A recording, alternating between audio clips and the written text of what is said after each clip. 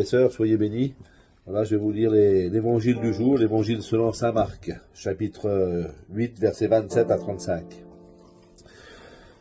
Jésus s'en alla ainsi que ses disciples vers les villages situés aux environs de Césarée de Philippe. Chemin faisant, il interrogeait ses disciples. Au dire des gens, qui suis-je? Ils lui répondirent, Jean le Baptiste. Pour d'autres, Élie, et pour d'autres, un prophète. Et lui les interrogeait. Et vous, que dites-vous? Pour vous, qui suis-je? Pierre, prenant la parole, lui dit, tu es le Christ. Alors il leur défendit vivement de parler de lui à personne. Il commença à leur enseigner qu'il fallait que le Fils de l'homme souffre beaucoup, qu'il soit rejeté des anciens, les grands, les prêtres et les scribes, qu'il soit tué, et que 3 jours après il ressuscite. Jésus disait cette parole ouvertement. Pierre, le prenant à part, se mit à lui faire de vifs reproches. Mais Jésus se retourna et voyant ses disciples, il interpella vivement Pierre. « Passe derrière moi, Satan, tes pensées ne sont pas celles de Dieu, mais celles des hommes. » Appelant la foule avec ses disciples, il leur dit, « Si quelqu'un veut marcher à ma suite, qu'il renonce à lui-même, qu'il prenne sa croix et qu'il me suive. Car celui qui veut sauver sa vie la perdra, mais celui qui perdra sa vie à cause de moi et de l'Évangile la sauvera. » Amen, Seigneur. Seigneur, je te rends grâce, je te bénis pour cette belle parole. Vous savez, je vais pas aller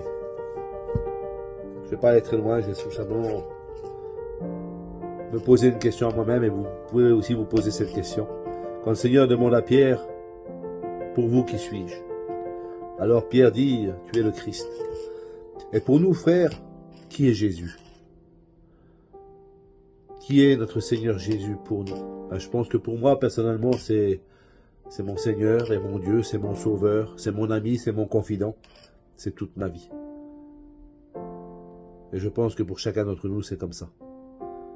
Et vraiment, je crois que le Seigneur veut nous interpeller à travers cette parole, de vraiment se poser la question, est-ce que nous connaissons véritablement Jésus?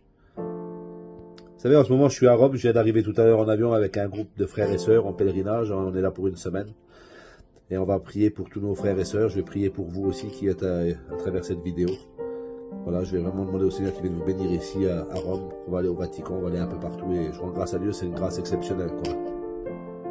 Et peut-être qu'à travers ce pèlerinage, peut-être qu'on va pouvoir, moi le premier, plus me rendre compte l'importance et qui est véritablement Jésus pour nous. À travers tout ce qu'on va vivre ici, à travers les traces de Pierre, de Paul, tous ces prophètes qui ont passé à Rome, on va peut-être plus se rendre compte de l'amour de Dieu. Et la parole qui est belle aussi à la fin de cet évangile, je ne vais pas être très long, frères et sœurs, que celui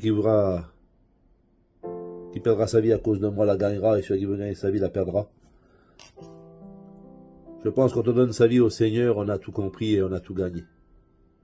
Peut-être pas ici-bas dans ces choses du monde, vous savez, c'est éphémère, tout le monde le sait. Mais véritablement donner sa vie, donner son cœur à notre Seigneur, donner tout ce qu'on peut donner. Parce que tout ce qu'on a, de toute façon, c'est lui qui nous l'offre, c'est lui qui nous le donne. D'être capable véritablement de prendre sa croix, comme le dit le Seigneur dans cet évangile, prends ta croix et suis-moi. Et celui qui perdra sa vie à cause de moi la gagnera dans le royaume des cieux. Le Seigneur vient vraiment à travers cette parole et à travers ton Esprit Saint, Seigneur, venir travailler nos cœurs et qu'on puisse chercher véritablement qui tu es véritablement pour chacun d'entre nous. Et quelle importance tu as dans notre vie. Et à travers ça, qu'est-ce qu'on peut faire, Seigneur, pour te suivre, si nous acceptons de prendre notre croix et de te suivre. Alors, je demande vraiment à notre Seigneur qui vienne vous bénir dans vos foyers, frères et sœurs, qui vienne faire ce cœur à cœur avec vous, qui vienne se révéler à vous, et qui vienne se révéler à chacun d'entre nous, et qui puisse nous donner notre mission à chacun.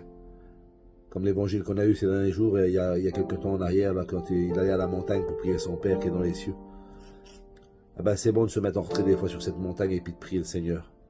Et puis de redescendre sur ce terrain plat et qu'il nous envoie en mission. Et la mission, c'est d'aller l'annoncer à un Christ vivant et ressuscité pour chacun d'entre nous, lui qui a donné sa croix pour nous. Vous savez, la parole de Dieu est merveilleuse, elle est magnifique. Aujourd'hui, on a prié dans l'avion, on a prié un peu partout. Vous savez, on n'est pas nous les voyageurs, on n'est pas trop les voyageurs des airs, on va dire. Et quand on se retrouve un peu en danger, on se met à prier encore un peu plus pour le Seigneur. Et Seigneur, il nous a fait des grâces exceptionnelles aujourd'hui. Et encore là, on a eu une très très belle messe en arrivant à Rome. Et Seigneur nous parle. Il nous parle partout, que c'est quand on est là dans ton foyer. Ce soir, dans ta prière, il viendra te parler, mon frère, ma soeur.